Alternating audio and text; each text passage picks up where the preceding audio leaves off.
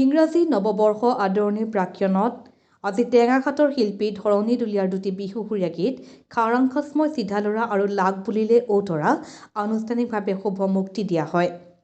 আজি দিনৰ প্ৰায় 12 বজাত টেঙাখাট অগ্ৰগামী সংঘত অনুষ্ঠিত বিশেষ সভাত অঞ্চলটোৰ একাংশ নপুৰণি শিল্পী তথা শুভাকাংক্ষীৰ উপস্থিতিত বিশেষ সভা অনুষ্ঠিত হয়।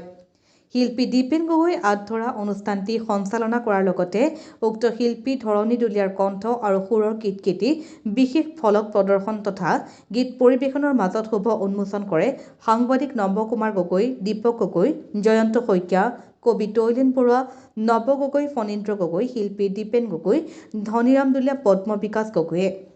অনুষ্ঠানত উক্ত গীতকেটিৰ শিল্পী ধনীৰাম দুলীয়া তথা পৰিবাৰ শ্যামা চান্দা দুলীয়াই আদৰণি তথা ধন্যবাদমূলক বক্তব্য ৰখাৰ লগতে হিতেশ্বৰ গগৈ, ফণীন্দ্ৰ চমুৱা, লক্ষী বৰুৱাই শুভেচ্ছামূলক বক্তব্য ৰাখে।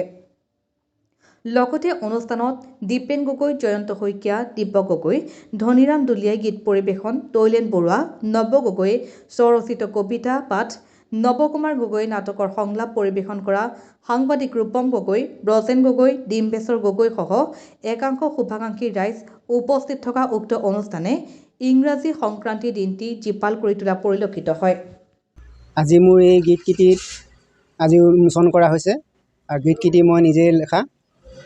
মোৰ ইউটিউব চেনেল দুলীয়া ধৰণীত আপোনালোকে চাৰ্চ কৰিলে গীতকেইটি পাব। আশা কৰোঁ গীতকেইটিয়ে আপোনালোকক আমোদ দিব। গীতকেইটিয়ে আপোনালোকৰ শ্ৰোতাৰ মাজতে যিদৰে আপোনালোকক মুকলি কৰি দিছোঁ সেইদৰে আপোনালোকে আদৰি ল'লে নিশ্চয় আগন্তুক মই আকৌ গীতৰ মাজলৈ আপোনালোকৰ আগত আহিম বুলি আশা কৰিছোঁ। 2023 বৰ্ষৰ এই প্ৰাকখনত অৰ্থাৎ আজি 2022 বৰ্ষৰ 31 ডিচেম্বৰত আমাৰ স্থানীয় সংগীত শিল্পী ধনীৰাম দুলীয়াৰ দুটি গীত আজি টেঙাখাট অগ্ৰগামী সংঘত উন্মোচন হৈছে।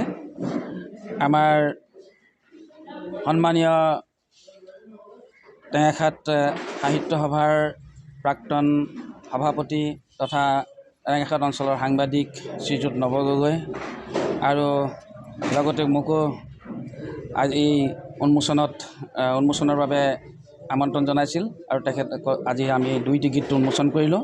আৰু এই উন্মোচনৰ ক্ষেত্ৰত আমাক সহযোগ কৰিলে আমাৰ টেঙাখাট অঞ্চলৰ অৱসৰপ্ৰাপ্ত শিক্ষক তথা কবি তৈলেন বৰুৱা কয়দে। আৰু আজিৰ এই গীত দুটিক টেঙাখাট ৰাইজে আঁকোৱালি ল'ব বুলি আমি আশা কৰিছোঁ। আৰু গীত দুটি আঁকোৱালি ল'লে নিশ্চয় আমাৰ যিজন শিল্পী সংগীত শিল্পী ধনীৰাম দুলীয়া ওলাই আহিছে তেখেতে উৎসাহিত হ'ব আৰু তেখেতৰ ভৱিষ্যতৰ চৰ্চাত তেখেতে অৰিহণা পাব। নিউজ ডেস্ক ৰিপৰ্ট, টিংৰাই চাৰিআলি লাইভ।